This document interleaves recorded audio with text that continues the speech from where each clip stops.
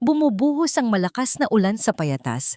Bawat patak ay parang maliliit na karayom na tumutusok sa manipis na balat ni Mateo. Sa edad na 12, sanay na dapat ang katawan niya sa lamig, sa gutom, sa hirap. Pero ang gabi na yon ay iba. Ang hangin ay may dalang pambihirang lamig at ang langit ay tila nagagalit. Binabato ang lupa ng walang tigil na tubig. Kumakalam ang kanyang sikmura, isang pamilyar na pakiramdam na halos hindi na niya pinapansin. Ang tanging nasa isip niya ay ang makahanap ng kahit ano, isang piraso ng bakal, isang bote na walang basag, isang sirang laruan, kahit anong maaaring maibenta kina Mang Romy para may maipambili ng isang tasang lugaw. Ang ilaw mula sa kidlat ang nagsisilbi niyang tanglaw. Sa bawat saglit na liwanag, nakikita niya ang bundok-bundok na basura. Ang kahariang alam niya mula nang magkamuwang. Ito ang kanyang palaruan, ang kanyang pinagkukunan ng buhay. At sa gabing iyon, ito rin ang lugar kung saan magbabago ang lahat. Isang matalim na kidlat ang gumuhit sa kalangitan. At sa panandali ang liwanag na yon, may isang bagay na pumukaw sa kanyang pansin. Isang tumpok na kakaiba. Hindi ito mukhang karaniwang basura. May hugis ito na pamilyar, ngunit nababalutan ng itim na putik at basang karton. Dahan-dahan siyang lumapit, ang kanyang mga yapak ay lumulubog sa malambot at maputik na lupa. Ang amoy, nabubulok na basura, ay masangsang. Ngunit para kay Theo, ito ang amoy ng normal na araw. Muling kumidlat. At sa pagkakataong yon, nanlaki ang mga mata ni Theo. Napaurong siya ng isang hakbang, ang takot ay biglang gumapang sa kanyang buong katawan. Hindi ito basura. Tao ito. Isang lalaki. Nakasubsob ang mukha sa putik. Ang suot nito, kahit na punit-punit at puno ng dumi, ay halatang mamahalin. Isang katiting na hibla ng puting tela, mula sa kwelyo ang tanging palatandaan na minsan itong naging isang eleganteng kasuotan. Ang isang kamay nito ay nakaunat, tila may inaabot, habang ang isa naman ay nakatago sa ilalim ng kanyang katawan. Ang unang pumasok sa isip ni Theo ay tumakbo. "Umalis ka na, Theo," bulong ng isang boses sa kanyang isipan. "Baka mapagbintangan ka pa. Baka mamaya, patay na yan." Ngunit bago pa man siya makatalikod, isang mahinang ungol ang narinig niya. Isang tunog na puno ng sakit at paghihirap. Buhay pa siya. Huminto si Theo. Tinitigan niya ang kanyang sariling mga kamay, maliliit, payat, at puno ng kalyo. Mga kamay na sanay sa pagkayod, sa pagbubuhat ng mabibigat. Tumingin siya ng muli sa lalaki. Sino man siya, anuman ang nangyari sa kanya, kailangan niya ng tulong. Ang awa ay nagsimulang lamunin ang takot sa kanyang puso. Paano kung ito ang kanyang ama, na matagal nang nawawala? Paano kung ito ay isang taong may pamilyang nag-aalala? Hindi. Hindi niya kayang iwan ang isang taong nag-aagaw buhay.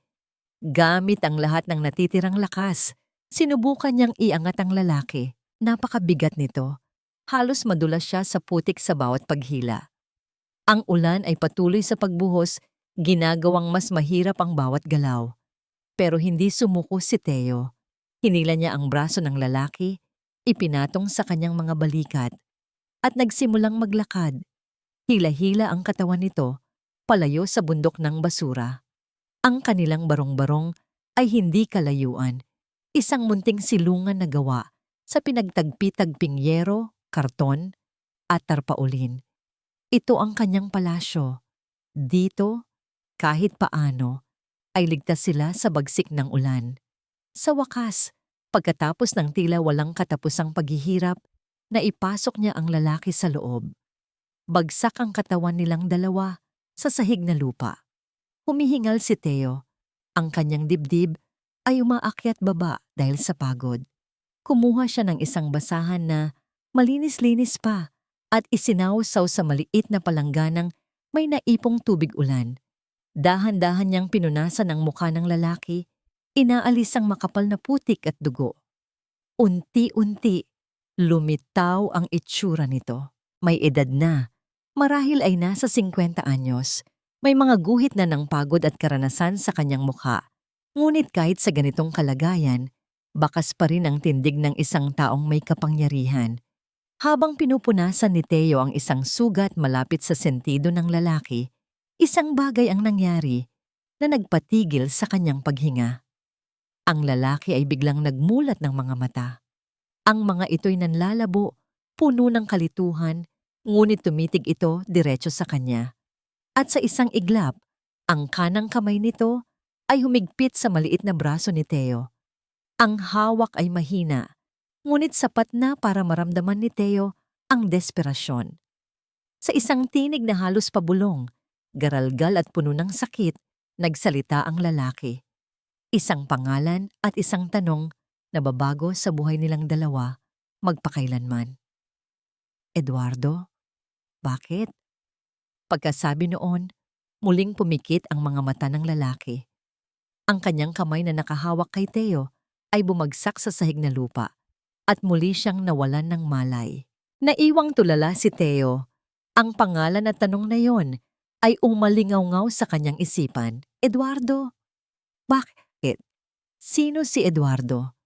At ano ang ginawa nito sa kanya? Ang mga tanong ay bumagabag sa isip ng bata, ngunit mas nangingibabaw ang pangangailangang masigurong hindi mamamatay ang lalaki sa kanyang munting silungan. Inayos niya ang pagkakahiga nito. Kinumutan ng nag-iisang kumot na mayroon siya, isang luma at manipis na pranela na maraming butas. Naupo siya sa isang sulok, pinagmamasdan ang lalaki sa dilim.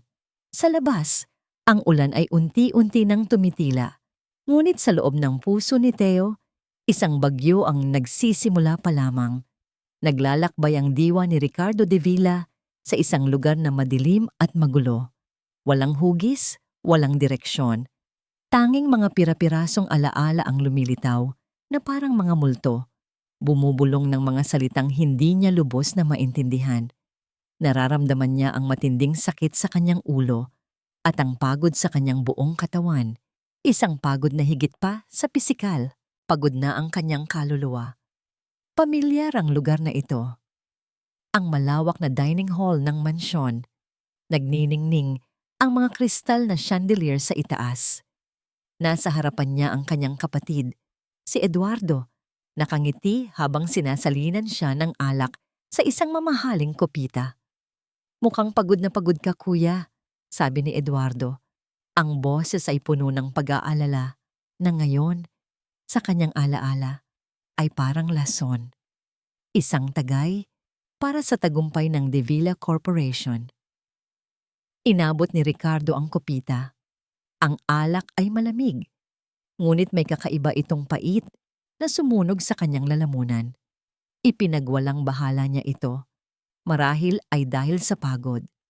Ngunit habang tinititigan niya ang nakangiting mukha ni Eduardo, isang anino ang tila gumuhit sa mga mata nito. Isang aninong hindi niya napansin noon. Biglang nagbago ang paligid. Ang malamig na alak ay napalitan ng isang mainit na likido sa kanyang mga labi. May isang kutsarang dumadampi roon. Dahan-dahan, iminulat niya ang kanyang mga mata ng bahagya. Ang paningin niya'y nanlalabo, ngunit naaaninag niya ang isang maliit na mukha. Ang mga matay seryoso at puno ng konsentrasyon. Isang batang lalaki. Kain po kayo, bulong ng bata. Lugaw lang po ito, para magkalakas kayo. Lugaw. Kailan ang huling beses na natikman niya ang pagkain ng mahihirap? Ang init nito ay gumapang sa kanyang lalamunan, nagbibigay ng kaunting ginhawa sa kanyang kumakalam na sikmura. Ang kaibahan nito sa malamig na alak sa kanyang alaala ay nagdulot ng panginginig sa kanyang katawan. Ang isa'y nagbigay buhay, ang isa'y unti-unting pumatay sa kanya. Muli siyang dinala ng kanyang isipan sa nakaraan. Nakahiga siya ngayon sa kanyang malambot na kama, ngunit ang pakiramdam niya'y parang dinadaganan ng isang dambuhalang bato. Ang kanyang paningin ay umiikot. Pumasok si Eduardo sa silid, hindi na nakakangiti. Ang mukha nito'y seryoso. May dalang isang folder ng mga dokumento. Kuya, kailangan mong pirmahan to, sabi ni Eduardo. Ang boses ay malamig at walang emosyon. Para sa kapakanan ng kumpanya, ililipat ko lang muna sa pangalan ko ang pamamahala habang nagpapagaling ka. Sinubukan ni Ricardong magsalita, ngunit walang boses na lumalabas. Nanginginig ang kanyang mga kamay. Hinawakan ni Eduardo ang kamay niya. Inilagay ang ballpen sa pagitan ng kanyang mga daliri at ginabayan ito sa bawat pirma. Bawat lagda ay parang isang pako na ibinabaon sa kanyang kabaong. Nakita niya ang kislap ng tagumpay sa mga mata ng kapatid. Walang awa, walang pag-aalala, tanging purong kasakiman. Isang matinding kirot sa kanyang tagiliran ang gumising sa kanya pabalik sa kasalukuyan. Nakita niya ang bata na maingat na nilalagyan ng dinikdik na dahon ng bayabas ang kanyang mga sugat. Sabi po ng lola ko, mabisa po to para hindi mamaga. Mahinang paliwanag ng bata na tila nahihiyang magsalita. Tinitigan ni Ricardo ang bata. Ang damit nito'y halatang luma. May isang peklat sa braso nito na nakakuha ng kanyang pansin. Anong nangyari dyan? Hirap niyang tanong. Ang boses ay paos. Nagulat ang bata na nagsalita siya. Ito po. Nahulog po ako sa pag-aakyat ng mga bakal. Pero okay lang po. Sanay na po ako. Sanay na. Ang dalawang salitang yon ay tumatak sa isip ni Ricardo. Sanay na sa sakit. Sanay na sa hirap. Isang mundong malayong malayo sa kanyang kinagisnan. Isang mundong pinamumugaran ng mga tulad ni Eduardo at pinagtatapunan ng mga tulad niya. Muli siyang pumikit. Ngunit sa pagkakataong ito, ibang alaala ang dumalaw sa kanya. Isang alaala na matagal na niyang ibinaon sa kaibuturan ng kanyang puso. Isang masayang alaala na ngayon ay nagdudulot ng walang kapantay na sakit. Isang maliit na batang lalaki ang tumatakbo sa hardin ng kanilang mansyon, humahalakhak. Ang buhok nito'y kasing itim ng gabi at ang mga matay nagniningning na parang mga bituin. Hinahabol niya ito. Pareho silang nagtatawanan. Papa, ang bagal mo! Sigaw ng bata. Mahuhuli rin kita, anak. Sagot ni Ricardo, ang puso'y puno ng purong kaligayahan. Ang pangalan ng batang iyon, Mateo. Isang luhang mainit ang pumatak mula sa gilid ng mga mata ni Ricardo de Villa. Ang sakit ng kataksilan ng kanyang kapatid ay humalo sa sakit ng pangungulila sa kanyang yumaong anak. Ang dalawang sakit ay nagmistulang isang malaking alon na handa siyang lunurin. Nakatulugan niya ang bigat ng lahat ng yon. Nang magising siyang muli, gabi na. Tahimik ang paligid. Tanging ang tunog ng mga kuliglig at ang malayong kahol ng aso ang maririnig. Idinilat niya ang kanyang mga mata at sinubukang bumangon, ngunit mahina pa rin ang kanyang katawan. Inilibot niya ang kanyang paningin sa maliit na barong-barong. Isang gasera ang nagbibigay ng aandap-andap na liwanag at sa isang sulok, nakita niya ang batang si Mateo. Nakasandal ito sa pader na yero, yakap-yakap ang kanyang mga tuhod. Nanginginig. Nanginginig ito sa ginaw. Doon napagtanto ni Ricardo na ang nag-iisang kumot na mayroon ng bata ay ang kumot na nakabalot sa kanya ngayon. Sa sandaling iyon, sa gitna ng dumi, ng sakit at ng kadiliman, isang bagay ang nangyari sa loob ni Ricardo de Villa. Isang kirot. Ngunit hindi ito kirot mula sa kanyang mga sugat. Isang pamilyar na kirot sa kanyang dibdib na matagal na niyang ibinaon sa limot mula pa nung araw na mawala ang kanyang sariling anak. Ang puso niyang naging bato dahil sa pera at kapangyarihan, ang pusong dinurog ng kataksilan ay biglang nakaramdam ng isang pitik. Isang pitik ng awa, isang pitik ng utang na loob. Sa kauna-unahang pagkakataon, sa loob ng napakaraming taon, tiningnan niya ang isang kapwa-tao hindi bilang isang kasangkapan o isang kaaway, kundi bilang isang nilalang na karapat-dapat kalingin. Ang batang nagligtas sa kanya mula sa impyerno ng basura ay nanginginig ngayon sa ginaw dahil sa kanya at si Ricardo de Villa ay walang magawa ang tenantananggem. Lumipas ang mga araw na naging linggo. Ang katawan ni Ricardo de Villa ay unti-unting naghihilom. Ang kanyang mga sugat ay nagsisimula ng matuyo at ang lakas na inakala niyang tuluyan nang nawala ay dahan-dahang nanunumbalik. Ngunit higit pa sa pisikal na paggaling, may isang bagay sa loob niya ang nagbabago, isang bagay na pinapalambot ng bawat araw na kasama niya si Mateo. Pinagmamasdan niya ang bata. Sa umaga, bago pa man sumikat ang araw, aalis na ito dala ang sako para mga lakal. Sa tanghali, babalik ito dala ang kakarampot na kita. Sapat para sa 2 supot ng kanin at isang ulam na madalas ay pritong tuyo o noodles. Hahatiin niya ito ng pantay at palaging ipipilit na ang mas malaking parte ay mapunta kay Ricardo. Sa mga sandaling hindi ito nangangalakal, nakaupo lang ito sa isang sulok, nagbabasa ng mga lumang dyaryo o comics na napupulot nito sa basura. May pambihirang talino si Teo. Mabilis itong matuto. At higit sa lahat, meron itong pusong busilak. Isang hapon, habang nagpapahinga si Ricardo, narinig niya ang pakikipag-usap ni Teo sa isang batang kapitbahay na umiiyak dahil nasira ang kanyang nag-iisang laruan, isang maliit na kotseng plastik. "Huwag ka nang umiyak," sabi ni Teo sa bata.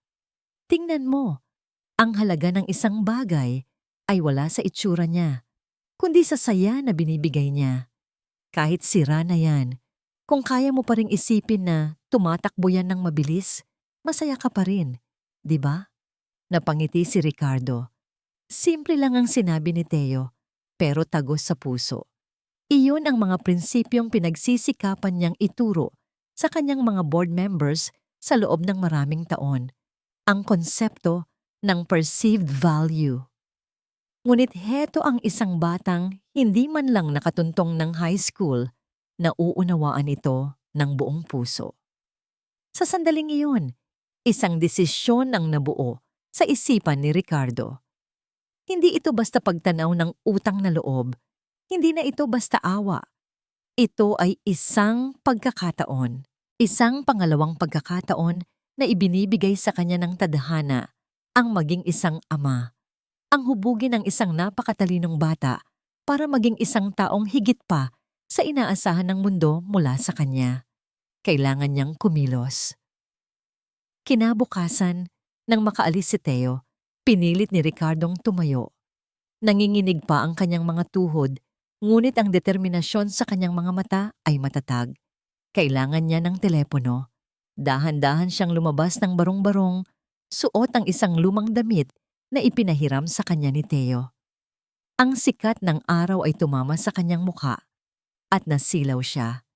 Ilang linggo na siyang hindi nakakalabas. Ang ingay ng tondo, ang sigawan ng mga bata, ang mga nag-aaway na mag-asawa, ang alingasaw ng basura. Lahat ay bumalot sa kanya. Minsan, kinamuhian niya ang ganitong klaseng kahirapan. Ngayon, ito ang kanlungan na nagligtas sa kanya. Naglakad siya. Bawat hakbang ay maingat.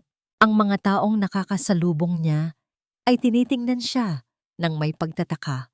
Isang matandang estranghero sa kanilang komunidad. Pagkatapos ng ilang minutong paglalakad at pagtatanong, natagpuan din niya ang kanyang hinahanap. Isang luma at kinakalawang na public phone booth sa tapat ng isang maliit na sari-sari store. Nanginginig ang mga kamay na dinukot niya mula sa kanyang bulsa ang isang maliit na papel kung saan isinulat niya ang numero. Isang numero na matagal na niyang kinabisa. Huminga siya ng malalim at nagsimulang pindutin ang mga numero. Nagring ito ng 1 beses, 2 beses. "Hello?" Isang pamilyar na boses ang sumagot. Isang boses na puno ng profesionalismo at respeto. "Lito?" Hirap na sabi ni Ricardo. Ang kanyang sariling boses ay garalgal at halos hindi niya makilala. Ilang segundong katahimikan ang sumunod sa kabilang linya. Pagkatapos ay isang gulat na paghinga. Sino po sila? Ako to, Lito. Pag-uulit ni Ricardo, mas malakas na ngayon. Ang amo mo. Narinig niya ang isang malakas na kalabog na tila may nahulog sa kabilang linya. Pagkatapos ay ang nanginginig na boses ni Lito, puno ng hindi makapaniwalang tuwa. Don Ricardo? Diyos ko, buhay kayo. Buhay kayo, sir. Isang ngiti ang sumilay sa mga labi ni Ricardo. Sa lahat ng taong nakapaligid sa kanya, si Lito, ang kanyang personal na assistant at driver sa loob ng 30 taon, ang nag-iisa niyang pinagkakatiwalaan. Makinig kang mabuti, Lito, utos ni Ricardo. Ang tono ng isang CEO ay bumabalik sa kanyang pananalita. Huwag kang magtatanong. Sundin mo lang lahat ng sasabihin ko. Walang dapat makaalam nito. Kahit sino. Naiintindihan mo ba? Oo po, sir. Kahit ano po. Nagbigay si Ricardo ng mga detalyadong instruksyon tungkol sa isang bank account sa ibang bansa na tanging siya lang ang nakakaalam. Tungkol sa pagkuha ng malaking halaga ng pera sa paraang hindi matutunton ni Eduardo. Tungkol sa paghahanap ng isang ligtas at simpleng lugar kung saan sila maaring manatili. Ang pag-uusap ay tumagal ng halos 10 minuto. Bawat segundo ay nagpabalik ng kumpiyansa sa sarili ni Ricardo. Nang ibaba niya ang telepono, hindi na siya ang kahabag-habag na matandang muntik ng mamatay sa basurahan. Siya na ulit si Ricardo de Villa at mayroon siyang misyon.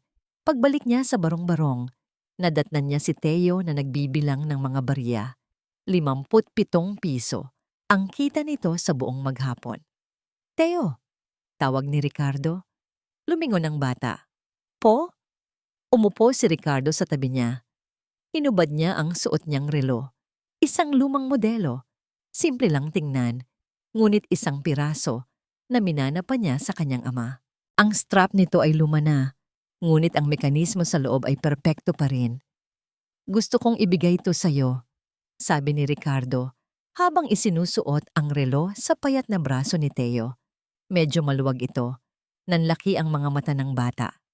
Naku, wag po. Masyado po itong mahalaga. Tanggapin mo. Mahinahon, ngunit may diin na, sabi ni Ricardo. Hinawakan niya ang kamay ng bata. Tandaan mo ito, Teo. Ang oras ang pinakamahalagang yaman na mayroon ng isang tao. Mas mahalaga pa sa lahat ng pera sa mundo. Huwag mo itong sasayangin. Tinitigan ni Teo ang relo. Pagkatapos ay tumingin ito kay Ricardo, ang kanyang mga matay puno ng pagtataka at pasasalamat. Hinawakan ni Ricardo ang magkabilang balikat ng bata. Tinitigan niya ito ng diretso sa mata. Ang kanyang boses ay puno ng isang pangakong babago sa kanilang mga buhay. Anak, sabi niya, at sa unang pagkakataon, ang salitang iyon ay lumabas sa kanyang bibig ng buong katapatan at pagmamahal. Mula sa araw na ito, ang kinabukasan mo ay ako na ang susulat. Ilang araw ang lumipas. Isang umaga, habang nag-aalmusal sila ng kape at pandesal, isang luma, ngunit malinis na kotse ang huminto malapit sa kanilang barong-barong. Isang bagay na hindi pangkaraniwan sa lugar na yon. Bumaba mula rito ang isang lalaking nasa katanghalian ng edad. Simpleng manamit, ngunit may itsurang mapagkakatiwalaan. Si Mang Lito, naglakad ito papalapit sa kanila. Ang kanyang mga mata ay unang napako kay Ricardo at kitang-kita ang pigil na luha ng kagalakan. Ngunit hindi si Ricardo ang kanyang nilapitan. Huminto si Mang Lito sa harapan ni Teo. Yumuko ito ng bahagya. 1 kilos ng sukdulang paggalang. Dala niya ang isang malaking maleta. Sir, sabi ni Mang Lito, ang kanyang boses ay magalang at malinaw. Handa na po ang lahat para sa bagong buhay ninyo. 10 taon. 1 dekada na ang lumipas mula noong araw na yon sa payatas. 10 taon na ang nagdaan mula ng iwan ni Mateo Cruz ang buhay ng pangangalakal at pumasok sa isang mundo na hindi niya kailanman inakalang magiging bahagi niya. Ang mga kamay niyang dati puno ng kalyo dahil sa pagbubuhat ng basura ay ngayoy sanay na sa paghawak ng mga aklat sa medisina. Sa isang malinis at maliwanag na lecture hall, sa isa sa mga pinakamahusay na unibersidad sa Maynila, nakaupo si Mateo o Teo gaya ng tawag sa kanya ng mga kaibigan. Hindi na siya ang payatot at laging nakayukong bata. Sa edad na 22, siya ay isang matangkad at matipunong binata. May mga matang nagniningning sa talino at determinasyon. Ang kanyang pananamit ay simple lang, isang puting polo at maong, ngunit laging malinis at maayos. Mr. Cruz, tawag ng kanilang propesor, isang matandang doktor na kilala sa pagiging istrikto. Can you please explain the Kussmaul sign and its clinical significance? Tumayo si Teo. Ang kanyang tindig ay puno ng kumpiyansa. Kussmaul sign, sir, is a paradoxical rise in jugular venous pressure on inspiration. It's often seen in patients with constrictive pericarditis or restrictive cardiomyopathy. It signifies a failure of the right ventricle to accommodate the increased venous return during inspiration. Ang kanyang paliwanag ay malinaw, detalyado, at diretso. Tumango ang propesor. Isang pambihirang ngiti ng paghanga ang sumilay sa mga labi nito. Very good, Mr. Cruz. As expected. Habang paupo si Teo, narinig niya ang bulungan ng ilang mga kaklase sa likuran. Ang galing talaga ni Teo. Valedictorian for sure. Swerte ng magiging pasyente niyan. Isang maliit na ngiti ang gumuhit sa labi ni Teo. Ngunit sa likod ng nangiting iyon ay isang damdamin ng walang hanggang pasasalamat. Ang lahat ng ito, ang pag-aaral, ang respeto ng kanyang mga propesor, ang pangarap na maging isang doktor, ay utang niya sa isang tao.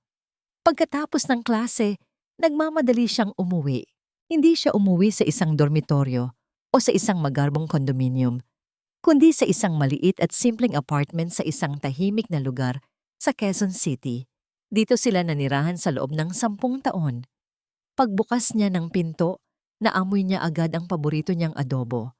Nadatnan niya sa maliit na kusina ang isang matandang lalaki, nakatalikod at abala sa paghahalo ng niluluto.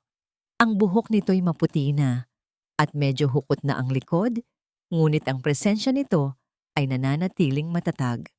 Papa Cardo, bati ni Teo. Lumingon ang matanda at isang mainit na ngiti ang sumilay sa kanyang mukha. Ito si Ricardo de Villa, ngunit para sa buong mundo, isa lamang siyang simpleng pensyonado na nagngangalang Ricardo Cardo Reyes. Ang tanging nag-uugnay sa kanyang nakaraan ay ang talas ng kanyang pag-iisip at ang awtoridad sa kanyang mga mata. O anak, kararating mo lang? Tamang-tama. Luto na ang paborito mo, sabi ni Ricardo. Habang kumakain sila sa maliit na lamesa, masayang ikinuwento ni Teo ang nangyari sa klase. Nakikinig naman si Ricardo nang may buong atensyon. Paminsan-minsan ay nagtatanong, na tila isang ordinaryong ama na interesado sa pag-aaral ng kanyang anak. Ganito ang kanilang naging buhay. Simple, tahimik, at malayo sa anino ng nakaraan. Sa kabilang dako ng lungsod, sa isang marangyang gusali sa puso ng Makati, ibang-iba ang mundo ni Eduardo de Villa. Nakaupo siya sa tuktok ng kanyang imperyo, sa isang opisina na mas malaki pa sa buong apartment ni Teo at Ricardo.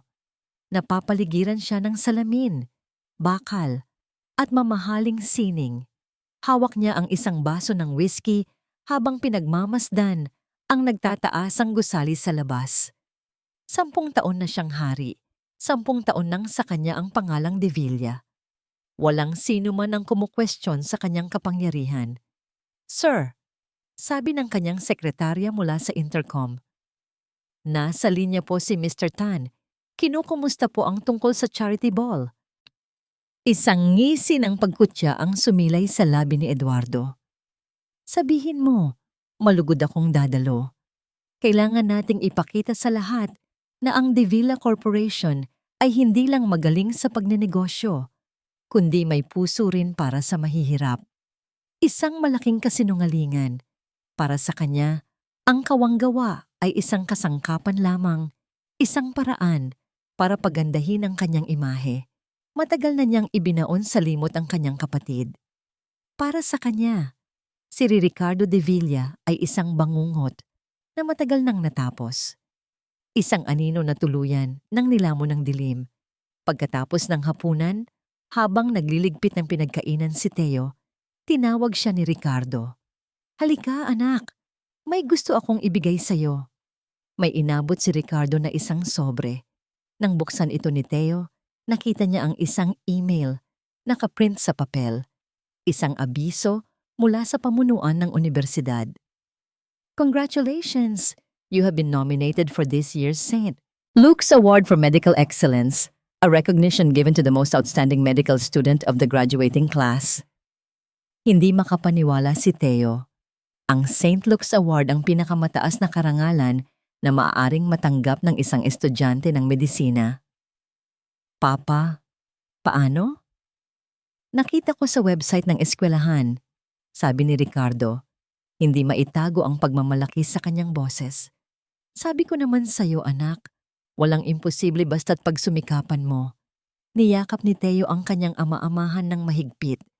"Salamat po Papa, lahat po ito dahil sa inyo." Gabi na nang magpaalam si Teo na matutulog na. Ngunit bago matulog, naisipan niyang ayusin ang ilang mga lumang gamit sa kanyang aparador.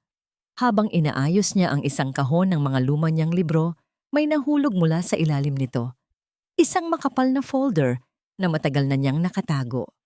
Nang buksan niya ito, nakita niya ang mga lumang newspaper clippings na palihim niyang tinipon noong mga unang taon nila sa Maynila. Mga artikulo tungkol sa misteryosong pagkawala at pagkamatay ng business tycoon na si Ricardo de Villa. Mga artikulo tungkol sa pag-takeover ng kapatid nitong si Eduardo. Tinitigan niya ang isang lumang larawan ni Don Ricardo de Villa. Mas bata, mas malakas, ngunit may parehong mga matang puno ng awtoridad. Katabing-katabi nito ang larawan ni Mang Cardo, ang kanyang papa, na may mga mata na ngayon ay puno ng pagmamahal at kapayapaan. Sa loob ng 10 taon, tinanggap na lamang niya ang kwento ni Ricardo na ito'y nagtago dahil sa mga kaaway sa negosyo. Ngunit habang tinititigan niya ang mga artikulo, ang mga petsa, ang mga detalye ng aksidente sa sasakyan, nagsimulang mag-ugnay ang mga piraso sa kanyang isipan. Ang sugat sa ulo, ang mga pasa. Ang unang mga salitang narinig niya mula rito, "Eduardo, bakit?" Isang malamig na kaba ang biglang gumapang sa kanyang dibdib.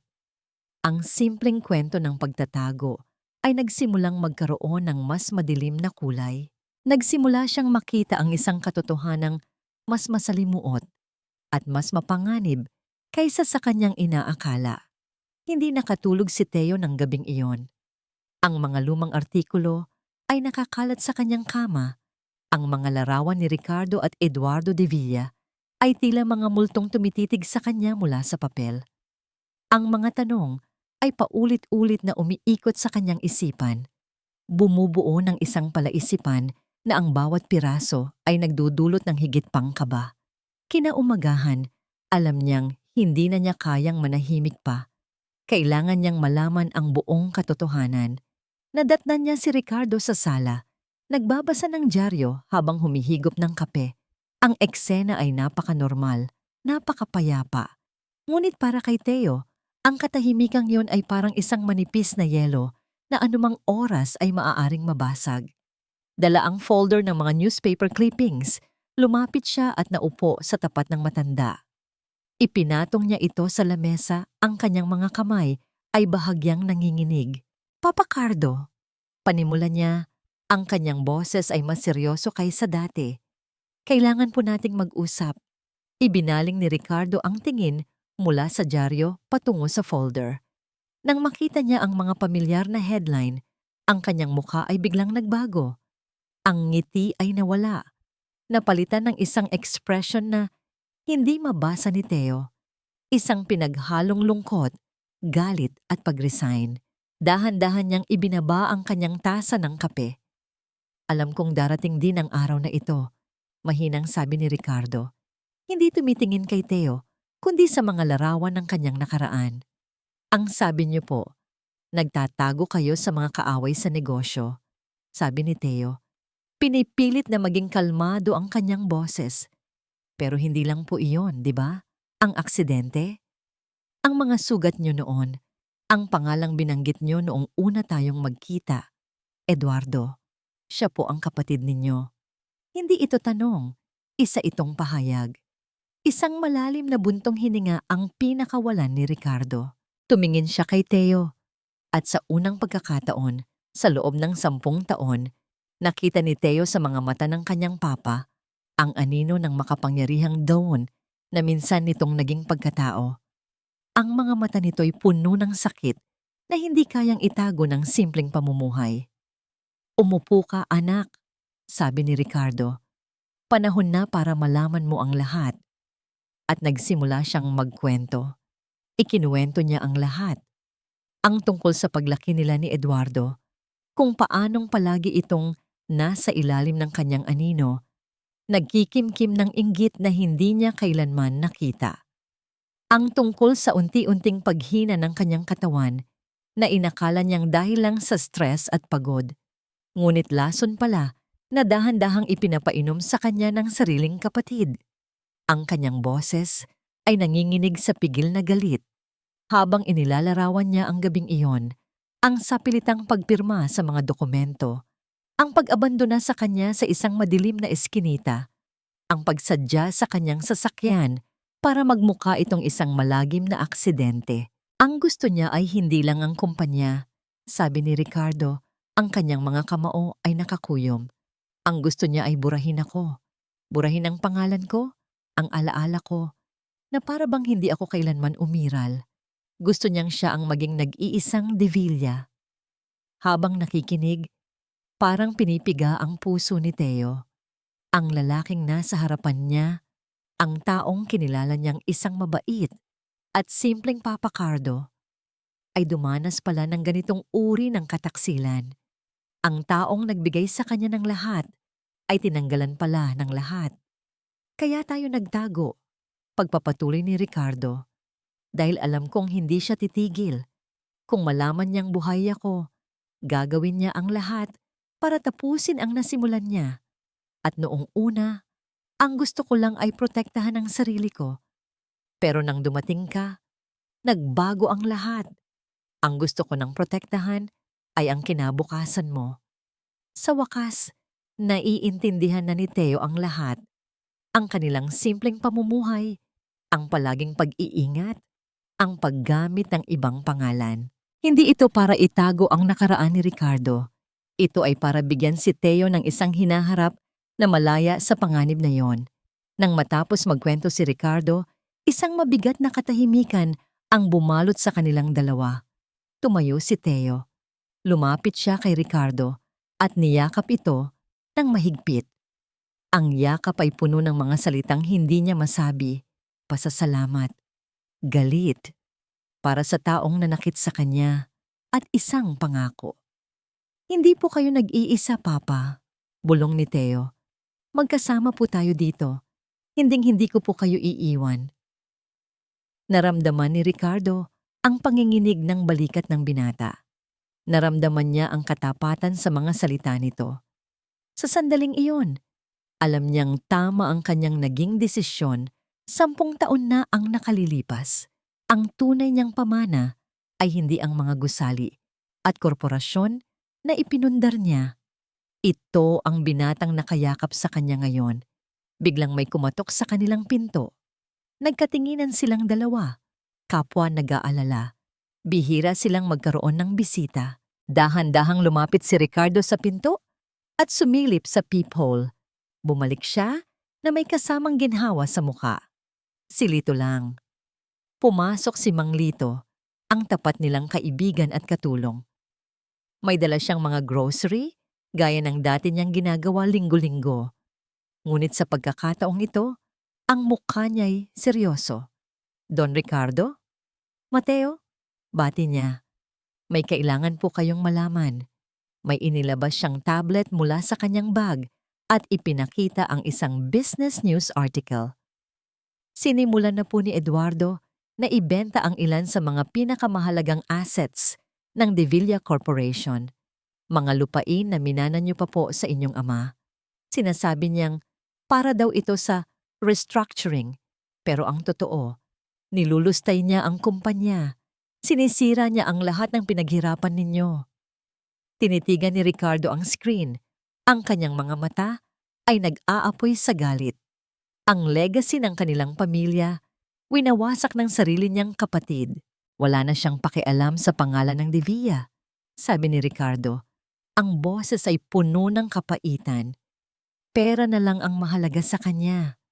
Habang pinapanood sila ni Theo, isang bagong damdamin ang umusbong sa kanyang puso. Hindi na lang ito pasasalamat. Ngayon, mayroon ng determinasyon. Ang laban ni Ricardo ay laban na rin niya.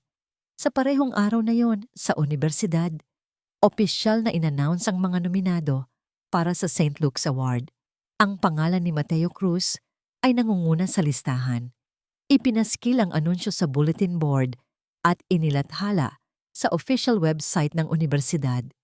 Kasama nito ang isang larawan ni Theo na nakangiti, suot ang kanyang puting uniforme at kitang-kita sa kanyang pulso ang isang lumang relo na may leather strap. Isang larawang magiging mitya ng isang bagong kabanata ng kanilang buhay, isang kabanatang mas mapanganib kaysa sa kanilang inaasahan. Nasa kalagitnaan ng isang mahalagang board meeting, si Eduardo De Villa. Ang mga pader na salamin ng kanyang opisina ay nagbibigay tanaw sa buong lungsod ng Makati. Isang paalala ng kapangyarihan na hawak niya sa kanyang mga palad. Kumpiyansa niyang inilalatag ang kanyang mga plano para sa modernization ng De Villa Corporation. Isang magandang termino para sa kanyang unti-unting pagbebenta ng mga ari-arian ng kumpanya para sa sarili niyang pakinabang. Ang mga board members, karamihan ay mga bagong mukha na siya mismo ang nagtalaga, ay sunod-sunuran na tumatangos sa bawat salita niya. Siya ang hari sa kahariang ito. Walang anino ng nakaraan ang makakaabot sa kanya dito sa itaas. Gentlemen, the future of this company is brighter than ever. Mayabang niyang pagtatapos, itinaas ang kanyang baso ng brandy. To the new De Villa era. Nagpalakpakan ang lahat. Habang nagkakasiyahan sila, pumasok ang kanyang sekretarya. May dalang tablet. Sir, I apologize for the interruption, but you have a message from Mr. Chan in Singapore. He sent a link. Inis na kinuha ni Eduardo ang tablet. Sino si Chan para istorbohin siya? Ngunit nang makita niya ang pangalan ni Chan, isa sa mga pinakamalaking investor sa Asia, agad niyang binuksan ang mensahe. Ed, saw this online. A brilliant young mind in the medical field from your country. Thought you'd be proud to know your nation is producing such talent. Congratulations! Sa ilalim ng mensahe ay isang link.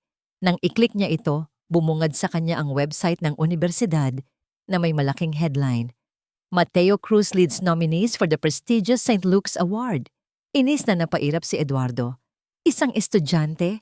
Ano ang pakialam niya dito? Dagli niyang i-scroll down ng pahina. Balak ng isara, ng isang larawan ang pumukaw sa kanyang atensyon. Isang binatang nakangiti. Puno ng pag-asa. Mateo Cruz, walang espesyal, isang ordinaryong mukha. Ngunit may isang bagay sa larawan na tila humila sa kanyang mga mata. Isang maliit na detalye, isang bagay sa pulsuhan ng binata, ang relo. Iyon ay isang luma. Simpleng relo na may leather strap. Hindi ito Rolex, hindi ito Patek Philippe. Isa itong relong hindi mapapansin ng karamihan. Ngunit para kay Eduardo, ang relong iyon ay mas pamilyar pa kaysa sa sarili niyang mukha sa salamin. Dahan-dahan niyang ini-zoom in ang larawan. Bawat pixel na lumilinaw ay nagpapatibay sa isang katotohanang gumugulat sa kanyang buong sistema. Walang duda, may maliit na gasgas ito malapit sa numero 3, isang gasgas na natamo nito noong bata pa sila ni Ricardo nang mahulog sila habang naghahabulan sa hardin. Ang relong pamana ng kanilang ama. Ang relong hindi hinuhubad ng kanyang kuya Ricardo. Kahit kailan, biglang nanuyo ang kanyang lalamunan. Ang ingay ng board meeting sa paligid niya ay tila humina at naging isang malayong ugong. Ang tanging naririnig niya ay ang malakas na pagkabog ng sarili niyang dibdib. Imposible. 10 taon na. Patay na siya. Aksidente. Walang nakaligtas. Sinigurado niya iyon. Ngunit ang relong yon, paanong napunta iyon sa pulsuhan ng isang batang nagngangalang Mateo Cruz? Isang malamig na takot ang gumapang sa kanyang likuran. Isang takot na matagal na niyang hindi naramdaman.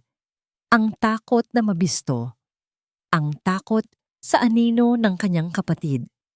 Kasabay ng takot ay ang pag-aalab ng isang matinding galit. Kung buhay si Ricardo, kung sa loob ng 10 taon ay nagtatago lang ito at nagpapalaki ng isang kahalili. Isang malakas na tunog ang pumunit sa katahimikan ng pagpupulong. Nagulat ang lahat nang makita ang basag na kopita ng brandy sa sahig. Ang kamay ni Eduardo ay nanginginig. May maliit na sugat mula sa bubog. Ngunit hindi niya ito ininda. Ang kanyang mga mata ay nakapako sa tablet, nag-aapoy sa isang halo ng puot at pagkatuklas. Meeting is adjourned. Malamig niyang sabi, hindi tumitingin sa kahit sino. Leave. Nataranta ang lahat. Mabilis silang nagsitayuan at lumabas, nag-iiwan ng isang nakabibinging katahimikan. Nang mag-isa na lang siya, tinawagan ni Eduardo ang kanyang pinagkakatiwalaang tauhan, ang hepe ng kanyang security. Gusto kong malaman ang lahat tungkol sa isang estudyanteng nagngangalang Mateo Cruz. Utos niya, ang boses ay mababa at puno ng panganib. Lahat. Saan siya nakatira? Sino ang mga kasama niya? Ano ang kinakain niya sa almusal? Kahit anong detalye. I want a full report on my desk by tomorrow morning. Understand? Kinabukasan, gaya ng inaasahan, isang brown na envelope ang naghihintay sa mesa ni Eduardo. Nanginginig ang mga kamay na binuksan niya ito. Sa loob ay mga litrato at mga dokumento. Mga litrato ni Teo na papasok sa universidad. Mga litrato ni Teo na namimili sa palengke. At isang litrato na nagpatigil sa pagtibok ng kanyang puso. Si Teo, naglalakad papasok sa isang simpleng apartment building. At sa tabi niya, isang matandang lalaki. Maputi na ang buhok, medyo hukot na, nakasuot ng simpleng polo. Ngunit ang tindig, ang panga, ang paraan ng pagtingin. Walang duda, si Ricardo. Tumanda. Humina. Pero buhay. Sa ilalim ng litrato ay isang maikling report. Pangalan ng kasama. Ricardo Reyes, a.k.a. Mang Cardo. Walang record, walang trabaho. Lumipat sa apartment 10 taon na ang nakalipas kasama ang batang si Mateo Cruz. Isang tawang walang saya ang kumawala sa bibig ni Eduardo. Isang tawa na puno ng kabaliwan. Kaya pala, ang galing. Ang galing ng kanyang kapatid. Nagtago siya sa pinakasimpleng lugar, nagpalaki ng isang ampon, isang batang basura na marahil ay pinulot niya kung saan. At ang batang iyon ngayon, naghahanda ng maging isang doktor, isang taong respetado, isang taong posibleng magmana ng pangalang De Villa. Hindi! Bulong ni Eduardo sa kanyang sarili habang ginugusot ang litrato sa kanyang kamay. Hindi ako papayag. Ang lahat ng pinaghirapan niya, ang lahat ng kasinungalingan, ang lahat ng ginawa niya para mabura ang kanyang kapatid, hindi niya hahayaang masira ang lahat ng iyon dahil sa isang batang pinulot sa basura. Ang takot sa puso ni Eduardo ay tuluyan ng napalitan ng isang desisyon. Isang desisyon na kasing dilim at kasing dumi ng gabing itinapon niya ang kanyang kapatid. Kailangan niyang tapusin ang nasimulan at sa pagkakataong ito, sisiguraduhin niyang walang anino na makakatakas. Uunahin niya ang bata. Dudurugin niya ang pangarap nito hanggang sa ito na mismo ang magmakaawang bumalik sa basurahan kung saan ito nanggaling. Ang kaba na nagsimula noong nakaraang gabi ay nanatili kay Theo. Hindi niya alam kung bakit, ngunit parang may hindi magandang mangyayari. Para siyang nasa bingit ng isang malaking pagsubok, isang pagsubok na hindi niya pa nararanasan. Nagkaklase siya noon sa isang malaking lecture hall, nakikinig sa isang detalyadong diskusyon tungkol sa pharmacology. Ang propesor ay nasa harapan, habang si Theo ay nasa ikalawang hanay, nakikinig ng mabuti, tinitipa ang mga mahahalagang punto sa kanyang laptop. Biglang may pumasok na dalawang lalaki sa bulwagan. Hindi sila estudyante. Nakasuot sila ng itim na coat at may seryosong mga mukha. Mapapansin agad ang kanilang presensya. Tila sila mga anino na pumasok sa isang lugar ng liwanag.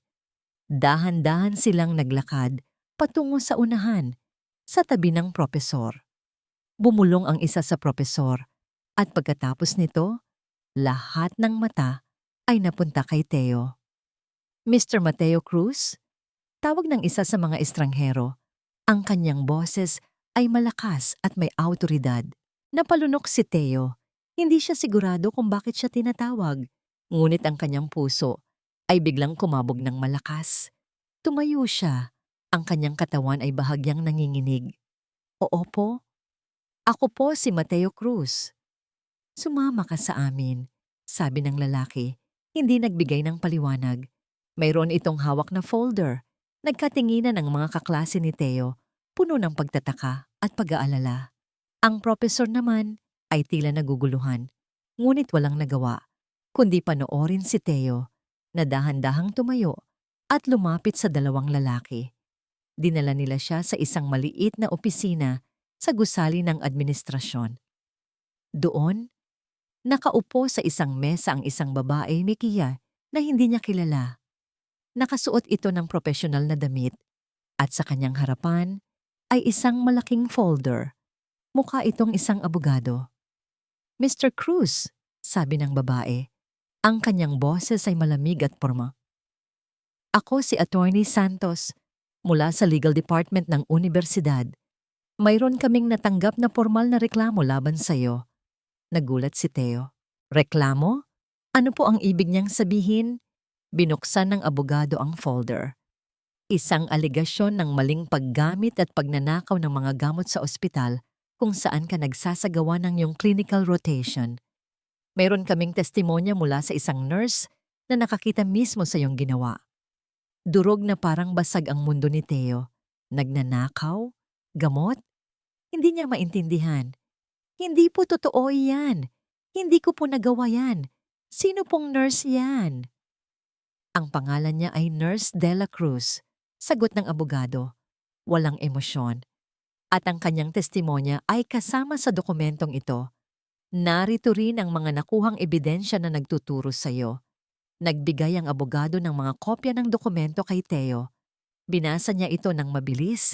Ang kanyang mga mata ay nagiging malabo dahil sa hindi makapaniwalang pagkabigla.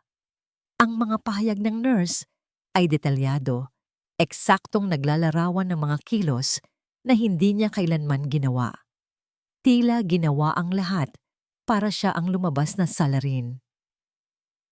Hindi po ako yan. Halos pabulong na sabi ni Theo. Hindi ko po alam kung sino ang gumagawa nito, pero hindi po ako yun. Mr. Cruz, sabi ni Atty. Santos, ang tono ay nagbabanta na. Ang mga ebidensyang ito ay sapat na para masuspindi ka kaagad sa iyong programa. At kung mapatunayan, maaari kang maharap sa kasong kriminal at tuluyang mawalan ng lisensya bilang doktor. Parang nawalan ng lakas ang mga tuhod ni Theo. Suspended? Mawalan ng lisensya? Ang lahat ng kanyang pinaghirapan, ang lahat ng pangarap niya, ang lahat ng sakripisyo ni Ricardo, lahat ba ay mawawala na lang? Pero maaari niyo pong tanungin ang mga doktor ko, ang mga pasyente ko. Nagmamakaawa niyang sabi. Pinili naming magtiwala sa testimonya ng witness. Mahinahong sagot ng abogado. Maaari ka nang umalis. Maghihintay kami ng iyong tugon kung may nais kang idagdag. Ngunit sa ngayon, Ang desisyon ay suspensyon kaagad. Lumabas si Teo sa opisina. Ang kanyang mga paa ay tila hindi niya kontrolado. Ang mga mukha ng mga estudyanteng nakakasalubong niya ay tila nagbabago. Ang mga bulungan ay parang mga tinik na tumatama sa kanya. Ang dating respetong nararamdaman niya ay napalitan ng pagdududa at pagtalikod. Nang makauwi siya sa apartment, bumagsak siya sa kanilang upuan. Ang mga dokumento ay nagkalat sa kanyang tabi. Nakita siya ni Ricardo na abala sa paghahanda ng kanilang hapunan. Ang mukha ni Teo ay maputla. Ang kanyang mga mata ay nanlalaklak. Teo, anak, anong nangyari? Nag-aalalang tanong ni Ricardo. Nagsimulang tumulo ang mga luha sa pisngi ni Teo. Pinagbibintangan ako, Papa. Humihikbi niyang sabi. Nagnakaw daw ako ng gamot. Naisuspinde daw ako. Napatigil si Ricardo sa kanyang ginagawa. Ang kanyang mukha ay nawalan ng kulay. Tiningnan niya ang mga dokumento. Pagkatapos ay ang kanyang anak. Naramdaman niya ang matinding galit na bumabalot sa kanya. Alam niyang may gumagawa nito. Alam niyang ang kanilang pinagtataguan ay nagsisimula ng mabuksan. Sino? Sino ang nagreklamo? Tanong ni Ricardo. Ang kanyang tinig ay halos hindi marinig. Nurse Dela Cruz daw po ang pangalan. At may testimonya pa. Lumapit si Ricardo kay Teo at hinawakan ito sa balikat. Ang kanyang mga mata ay puno ng determinasyon. Huwag kang mag-alala, anak.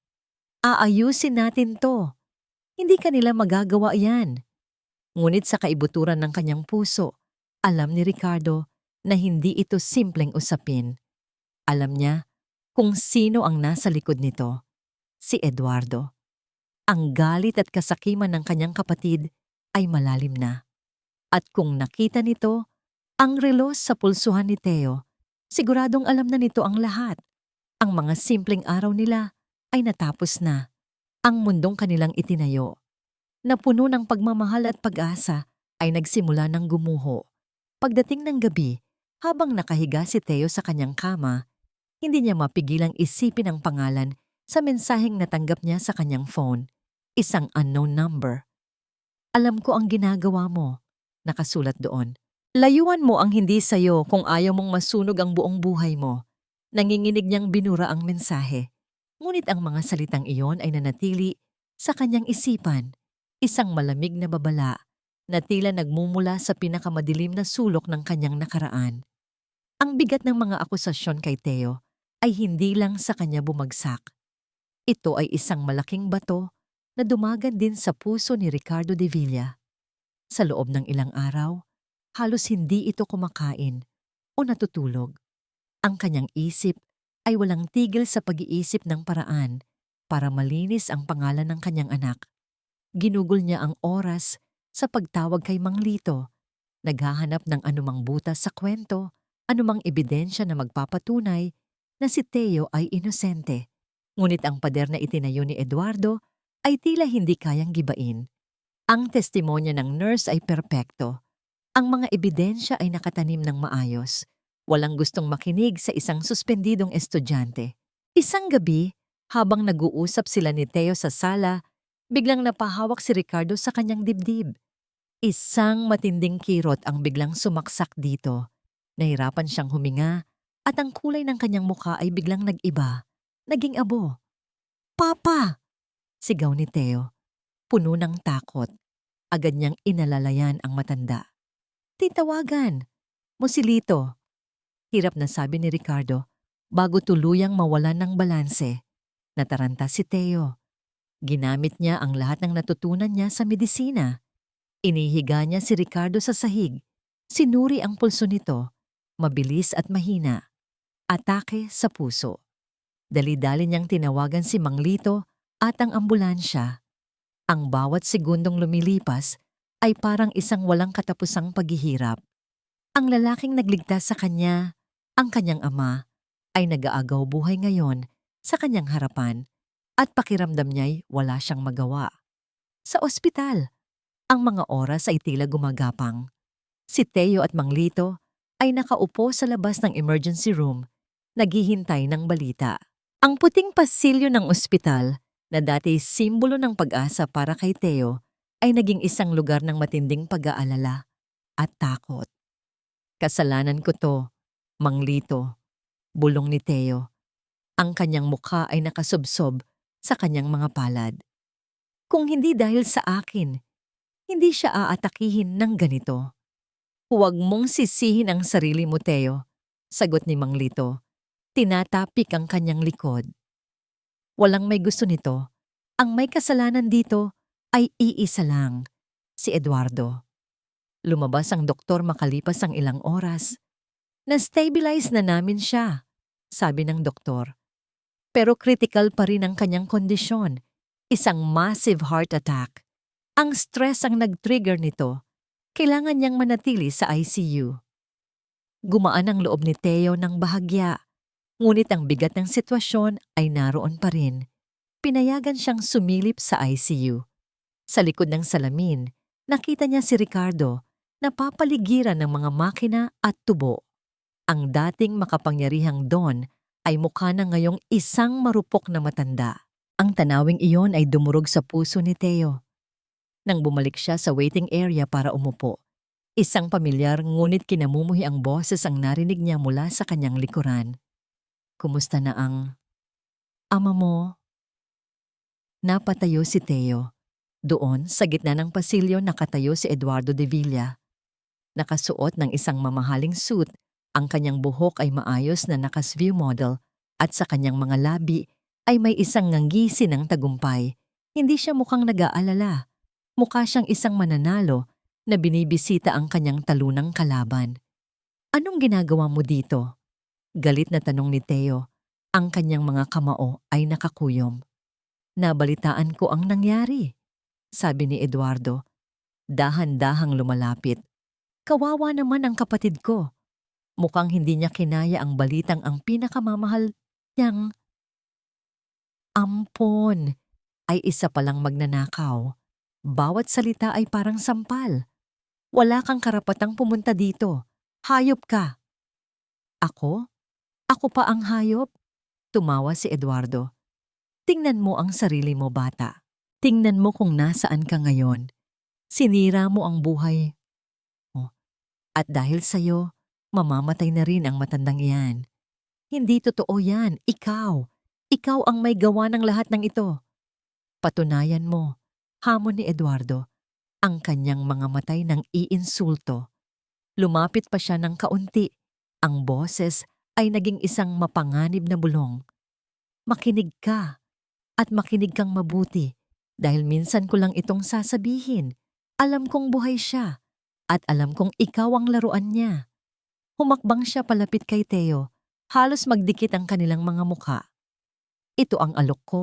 Itigil mo na ang kahibangan na ito. Kunin mo ang matanda at maglaho kayong parang bula. Pumunta kayo sa lugar na hindi ko na kayo makikita. Kapag ginawa mo yan, babawiin ko ang reklamo. Malaya ka na. At kung hindi? Matapang na tanong ni Theo. Kahit na ang kanyang puso ay kumakabog sa takot. Ang ngisi ni Eduardo ay lumawak. Kung hindi, gagamitin ko ang lahat ng pera at kapangyarihan ko para siguraduhing mabubulok sa kulungan ang matandang yan sa kasong fraud at identity theft. At ikaw, sisiguraduhin kong kahit kailan, kahit saan, hindi ka na makakahawak ng stethoscope. Ikaw ang magiging halimbawa kung anong nangyayari sa mga taong kumakalaban sa akin. Tumigil siya sandali. Tinitigan si Theo mula ulo hanggang paa nang may pagkasuklam. Pulot ka lang sa basura, sabi niya. Ang bawat salita ay puno ng lason. At doon ka babalik. Pagkasabi noon, tumalikod si Eduardo at naglakad palayo, na para bang walang nangyari. Ang kanyang mga bodyguard na nag-aabang sa malayo ay sumunod sa kanya. Naiwan si Theo sa pasilyo, mag-isa at nanginginig.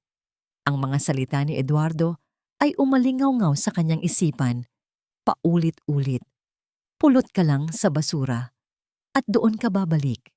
Tumingin siya sa direksyon ng ICU kung saan nakaratay ang kanyang ama. Tumingin siya sa kanyang mga kamay na nangangarap magpagaling.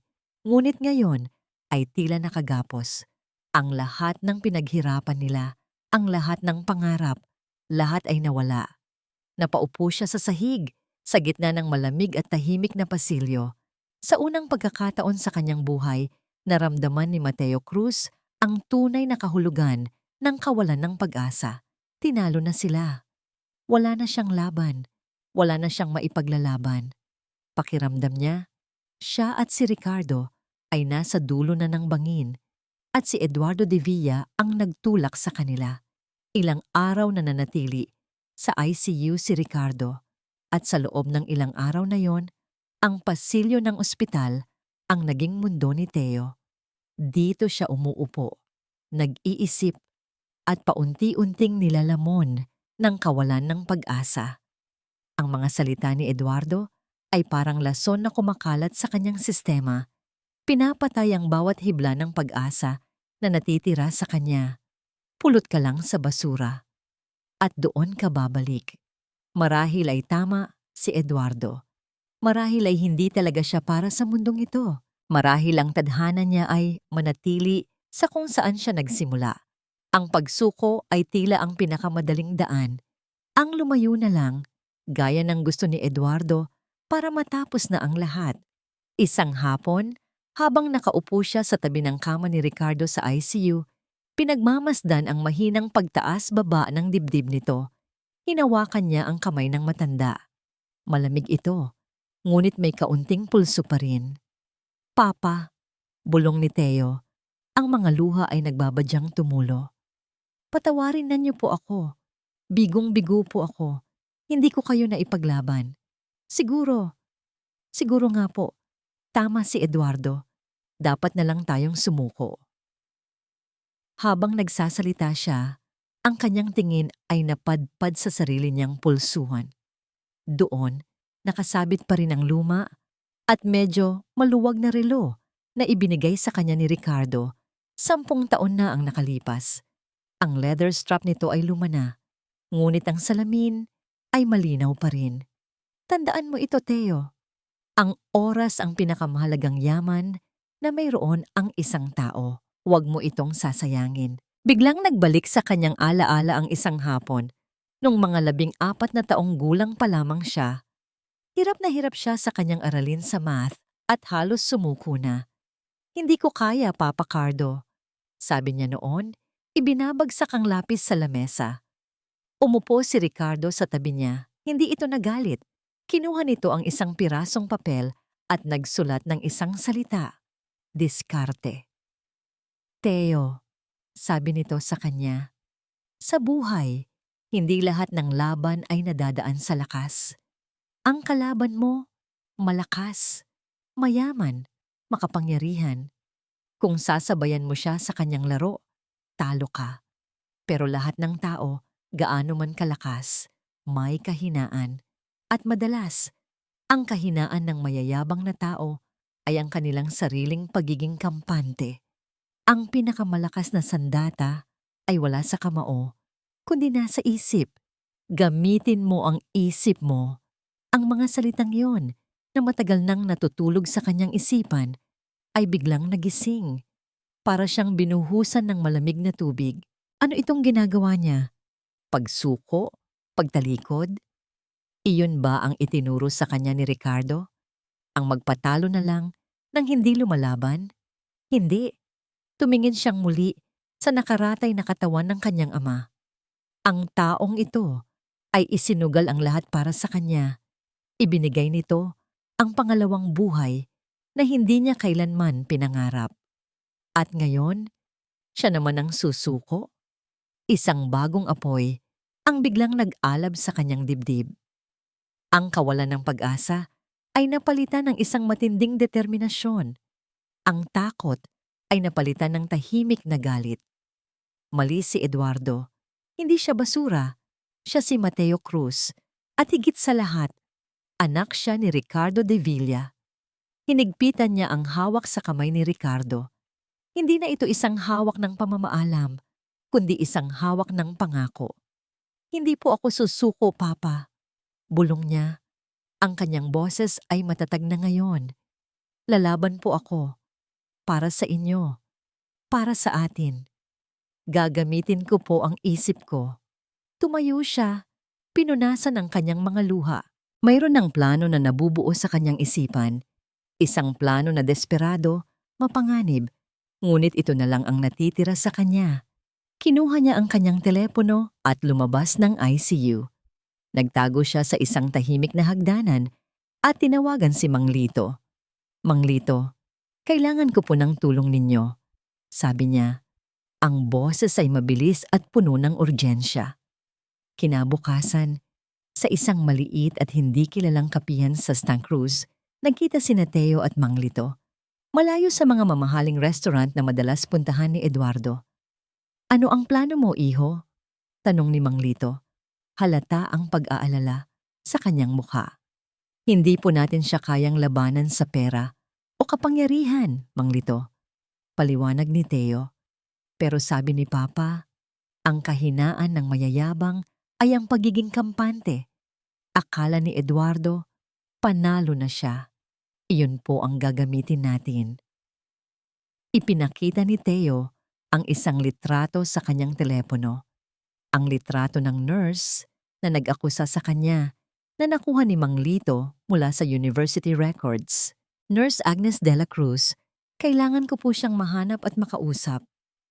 Teo, delikado yan. Baka lalo ka lang mapahamak. Mas delikado po kung wala tayong gagawin.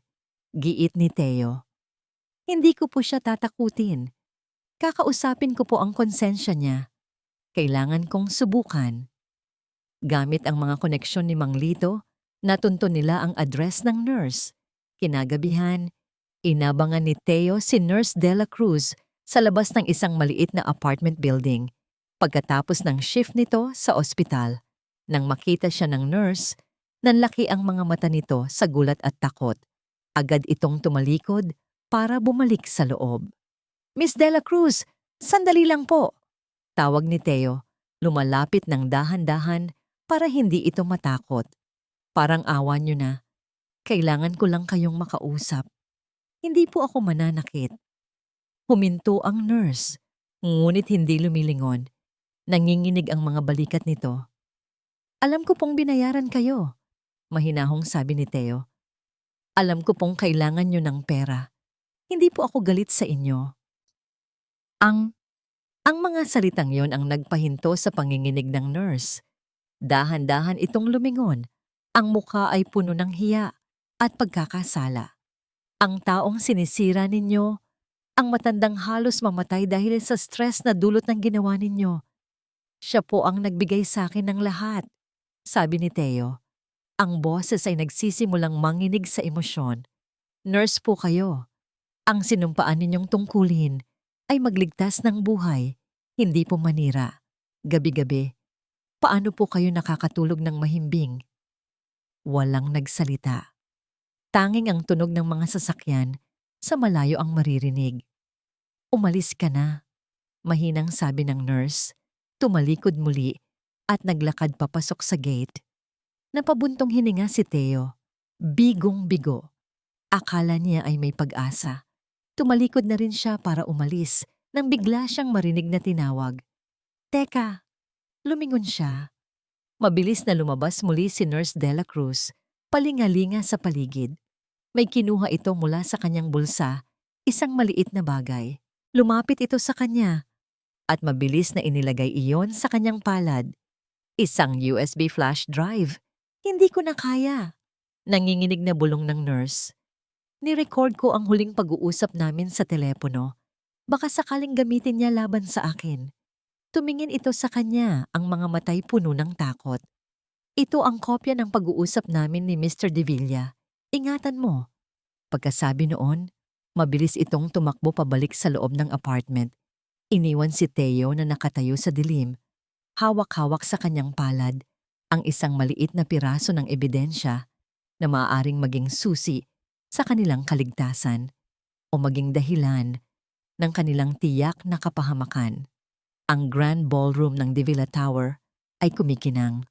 Ang mga chandelier na kristal ay nagbibigay ng marangyang liwanag sa daan-daang mga bisita, mga mamamahayag, mga business tycoon, mga politiko, at mga socialite. Ito ang gabi ng malaking anunsyo ni Eduardo de Villa, ang The Phoenix Project, isang multibilyong proyektong real estate na magiging korona ng kanyang pamumuno. Nakatayo si Eduardo sa entablado, nasa gitna ng limelight. Ang kanyang boses ay umaalingaw-ngaw sa buong ballroom, puno ng kumpiyansa at kapangyarihan. Ito ang kanyang sandali. Ito ang pagpapatunay na siya at siya lamang ang nag-iisang De Villa na mahalaga. Ang The Phoenix Project ay hindi lamang isang gusali, deklara niya. Ito ay isang simbolo ng pagbangon mula sa abo, isang simbolo ng bagong simula para sa De Villa Corporation. Nagpalakpakan ang mga tao. Ngingiti-ngiti si Eduardo, ninanamnam ang bawat sandali. Sa kanyang isipan, tapos na ang lahat ng problema. Ang matanda niyang kapatid ay tiyak na naghihingalo na sa isang pampublikong ospital. Ang batang basura ay tiyak na gumagapang na pabalik sa kanyang pinanggalingan. Panalo na siya. Habang abala siya sa kanyang talumpati, sa likod ng ballroom, isang pinto ang dahan-dahang bumukas. Isang binatang nakasuot ng simpleng itim na jacket ang pumasok. Si Mateo Cruz. Ang kanyang presensya ay hindi agad napansin sa gitna ng karangyaan. Ngunit ang determinasyon sa kanyang mga mata ay mas maliwanag pa kaysa sa mga chandelier sa itaas. Kasama niya si Mang Lito na mabilis na kumilos patungo sa technical booth. Ginamit ni Mang Lito ang isang lumang ID at ang pamilyar niyang mukha para malinlang ang mga bagong staff. Special instructions from Mr. De Villa, sabi niya, at walang naghinala. Sa entablado, patuloy si Eduardo. Ang proyektong ito ay magiging pamana ko. Ang pamana ni Eduardo de Villa. Hindi mo yan pamana. Isang boses ang biglang pumunit sa ere. Isang boses na hindi galing sa mikropono, ngunit malinaw at matatag. Napahinto ang lahat. Ang mga ulo ay lumingon sa pinanggalingan ng boses. Doon, dahan-dahang naglalakad sa gitnang pasilyo, palapit sa entablado, si Teo. Nanlaki ang mga mata ni Eduardo. Anong ginagawa ng batang ito dito? Paanong? Sino ka? Sigaw ni Eduardo sa mikropono. Sinusubukang bawiin ang kontrol sa sitwasyon. Security! Ilabas ang taong yan! Ngunit bago pa man makakilos ang mga security, isang malakas na tunog ang umalingaw-ngaw mula sa mga speaker. Hindi ito musika. Ito ay isang boses. Ang boses ni Eduardo. Siguraduhin mong walang palya ang testimonya mo, Agnes. Malaki ang bayad ko sa'yo. Isang maling galaw mo lang, sisirain ko hindi lang ang lisensya mo, kundi ang buong pamilya mo. Ang recorded na pag-uusap nila ni Nurse Dela Cruz, namilog ang mga mata ng mga manonood. Ang mga kamera ng media ay mabilis na lumipat mula kay Eduardo patungo kay Teo. Sinungaling! Sigaw ni Eduardo. Ang kanyang mukha ay namumutla na. Gawa-gawa lang yan. Isang desperadong paninira.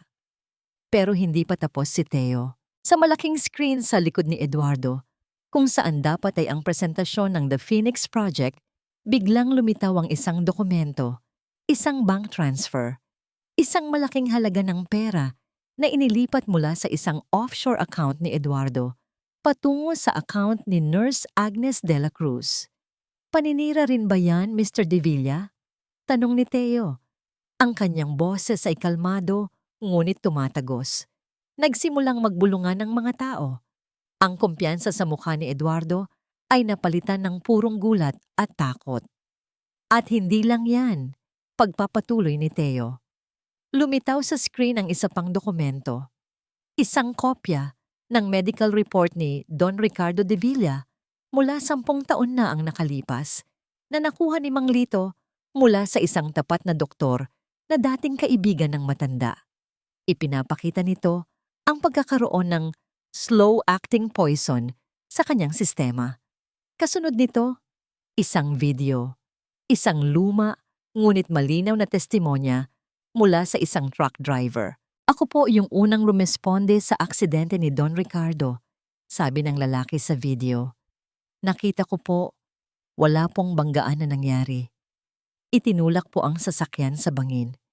At bago po ako makalapit, may isang itim na kotse na mabilis na umalis. Nakita ko po ang mukha ng driver. Kamukhang kamukha po niya si Sir Eduardo. Ang buong ballroom ay napuno ng nakabibinging katahimikan. Ang lahat ng mata ay nasa kay Eduardo na ngayon ay nanginginig sa entablado. Tila isang kriminal na nahuli sa akto. Dahan-dahang umakyat si Teo sa entablado. Tumayo siya sa harap ni Eduardo, hindi na bilang isang batang basura, kundi bilang isang tagapagdala ng katotohanan. Sinisira mo ang pamana ng ama mo at ng tatay ko, sabi ni Teo. Ang kanyang boses ay puno ng emosyon, pero hindi mo na yan magagawa ngayon. Sa sandaling iyon, bumukas ang mga pinto ng ballroom. Pumasok ang mga pulis. Ang kanilang mga uniforme ay isang matinding kaibahan sa mga gown at suit ng mga bisita. Dahan-dahan silang lumapit sa entablado. Sinubukan ni Eduardo na tumakbo, ngunit wala na siyang mapupuntahan. Napaligiran na siya. Habang pinupusasan siya ng mga pulis, ang kanyang mga mata ay puno ng walang kapantay na galit. Tinitigan niya si Teo, ang taong sumira sa lahat. Hindi pa tapos ang lahat. Sigaw niya, ang kanyang boses ay desperado at puno ng puot. Babalikan kita. Hindi sumagot si Teo. Pinanood lamang niya habang inilalabas ng mga pulis si Eduardo mula sa ballroom, palayo sa kumikinang na mundo na ninakaw nito. Ang mga kamera ay walang tigil sa pag-flash. Ang malaking anunsyo ni Eduardo de Villa ay naging ang kanyang sariling pagbagsak. Naiwan si Teo sa entablado, mag-isa sa gitna ng atensyon. Sa unang pagkakataon, naramdaman niya ang bigat na nawala sa kanyang mga balikat. Tapos na. Tapos na ang laban. Ang katarungan, kahit na matagal, ay dumating na rin sa wakas.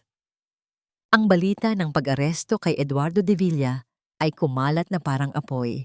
Naging laman ito ng bawat dyaryo, bawat palabas sa telebisyon, at bawat usapan sa social media. Ang kwento ng matagal nang nawawalang si Don Ricardo de Villa at ang misteryosong tagapagmana nitong si Mateo Cruz ay isang telenobelang biglang nabuhay sa tunay na mundo. Sa loob ng isang pribadong silid sa ospital, malayo sa ingay ng media, unti-unting iminumulat ni Ricardo de Villa ang kanyang mga mata. Hindi na siya nasa ICU. Ang mga tubo na nakakabit sa kanya ay nabawasan na. Ang una niyang nakita ay ang pamilyar na mukha ni Mang Lito na nakangiti ng malawak. May mga luha ng kagalakan sa mga mata nito. Lito, mahinang tawag ni Ricardo. Gising na po kayo, Don Ricardo, sabi ni Mang Lito. Ang boses ay nanginginig sa tuwa. Tapos na po ang lahat. Panalo po tayo. Mayroong isang maliit na telebisyon sa sulok ng silid. Nakabukas ito at ipinapalabas ang replay ng mga kaganapan sa De Villa Tower. Nakita ni Ricardo ang lahat. Ang matapang na pagharap ni Teo, ang paglalabas ng mga ebidensya, ang pagbagsak ni Eduardo. Habang pinapanood niya ang kanyang kapatid na kinakaladkad ng mga pulis, walang saya na naramdaman si Ricardo. Tanging isang malalim na lungkot para sa kapatid na minsan niyang minahal.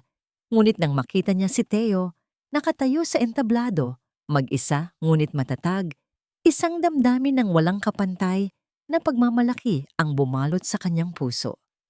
Ang batang pinulot niya sa basura. Ang batang minahal niya na parang sariling anak.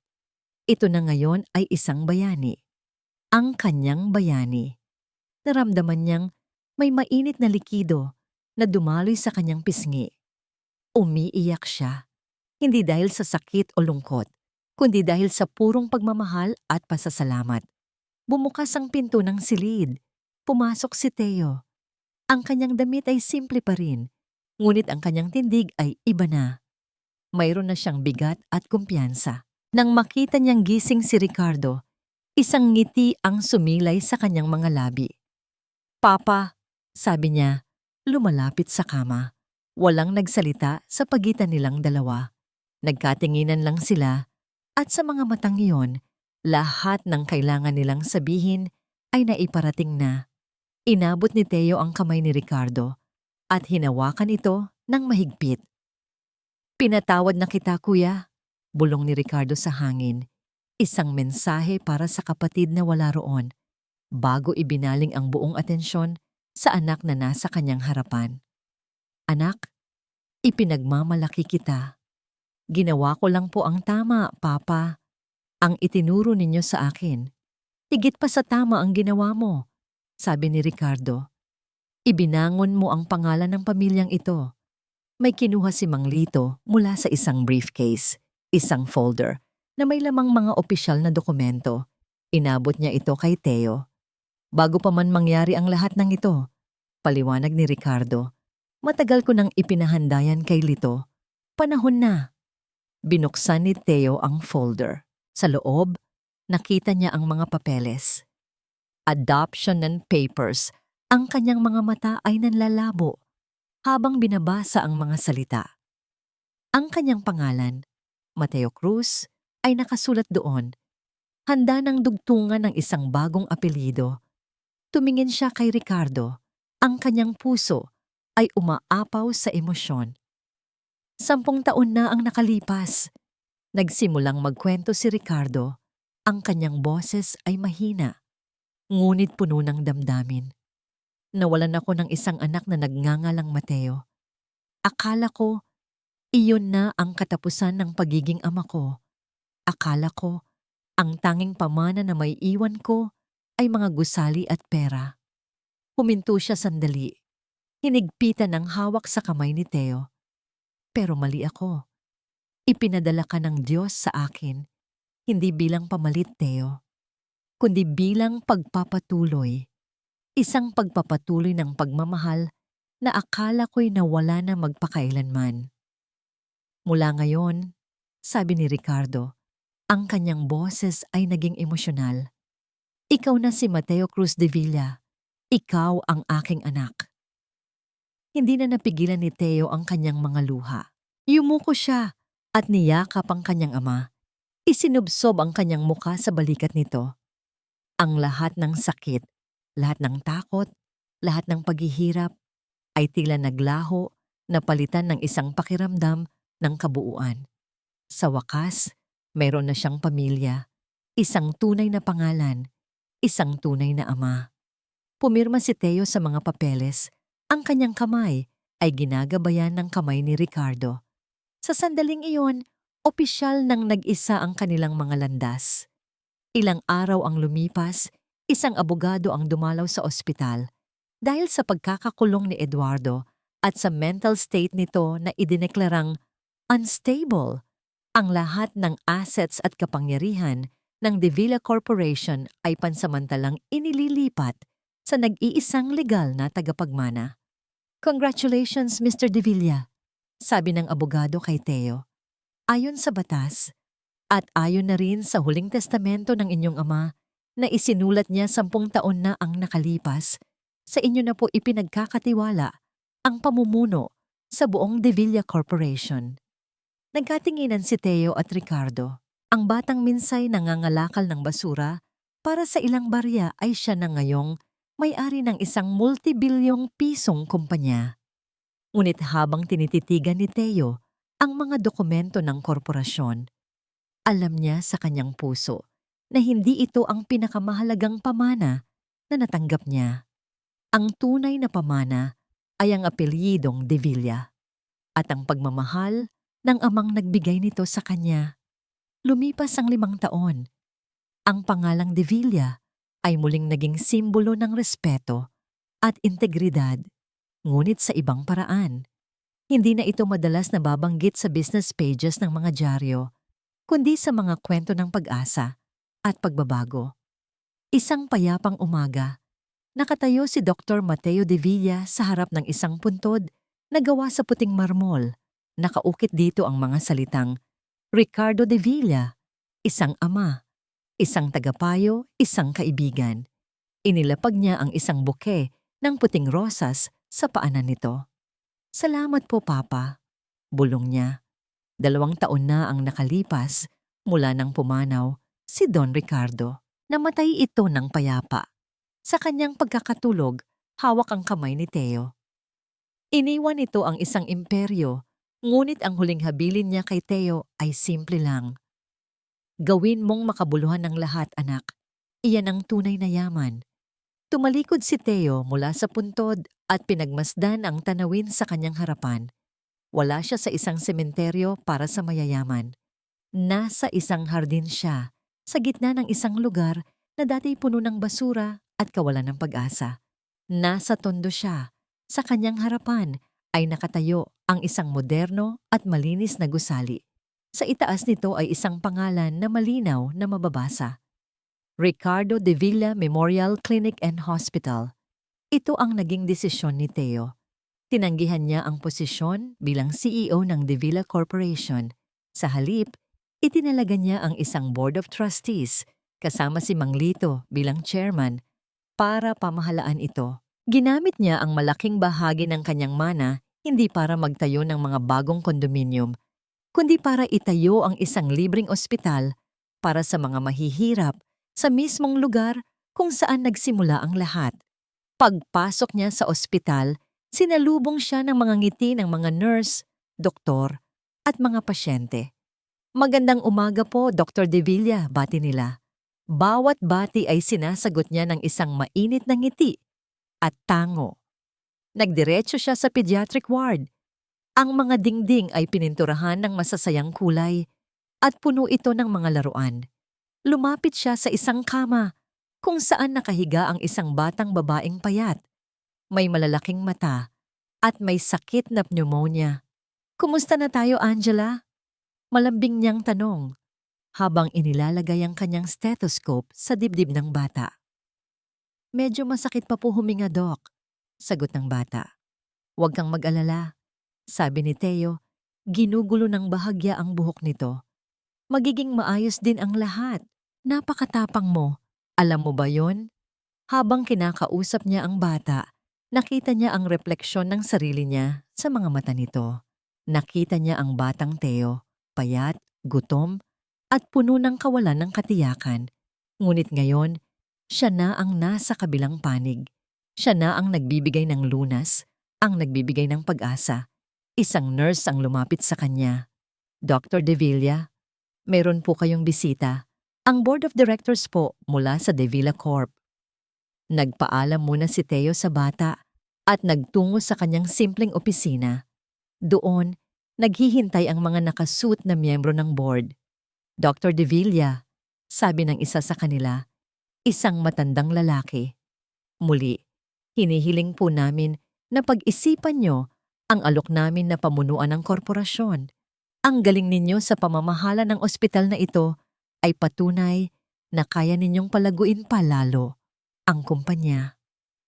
Ngumiti si Teo. "Maraming salamat po sa tiwala ninyo. Pero ang pamana po ng aking ama ay hindi nakatayo sa mga gusali sa Makati." Iginaya niya ang kanyang kamay patungo sa bintana, kung saan tanaw ang mga kabahayan ng tondo at ang mga batang naglalaro sa labas. Ang tunay na pamana niya ay nasa bawat buhay na naliligtas sa lugar na ito. Ang paglago na hinahanap ko ay wala sa stock market, kundi nasa kalusugan ng mga batang ito. Naintindihan ng mga board members. Yumuko sila bilang paggalang at nagpaalam. Naiwan si Teo sa kanyang opisina. Kinuha niya ang isang litrato sa kanyang mesa. Ang litrato nila ni Ricardo, kuha noong araw ng kanyang graduation sa medisina. Pareho silang nakangiti. Muli siyang bumalik sa pediatric ward. Nakita niya si Angela na masayang naglalaro ng isang manika na ibinigay ng ospital. Lumapit siya at umupo sa tabi nito. "Gusto mo bang marinig ang isang kwento?" tanong ni Teo. Tumango ang bata. "Noong unang panahon," panimula ni Teo, "may isang batang lalaki na nakatira sa isang kaharian ng basura. Wala siyang pera, wala siyang pamilya. Ang tanging yaman niya ay ang kanyang mga kamay at ang kanyang puso. Habang nagkukwento siya, ang sikat ng hapon ay tumatama sa kanyang pulsuhan. Doon, kumikinang pa rin ang isang lumang relo na may leather strap, isang paalala ng oras na nagbago ng lahat. Ang isang simpleng akto ng kabutihan sa gitna ng basurahan ay naging isang alon ng pagbabago na nagpatunay na ang pinakadakilang pamana ay hindi ang iniiwan mong yaman para sa mga kundi ang iniiwan mong kabutihan sa puso ng mga tao. At ang pamanang iyon ay mananatiling buhay sa bawat tibok ng pusong natulungan, sa bawat pangarap na muling nabigyan ng pag-asa.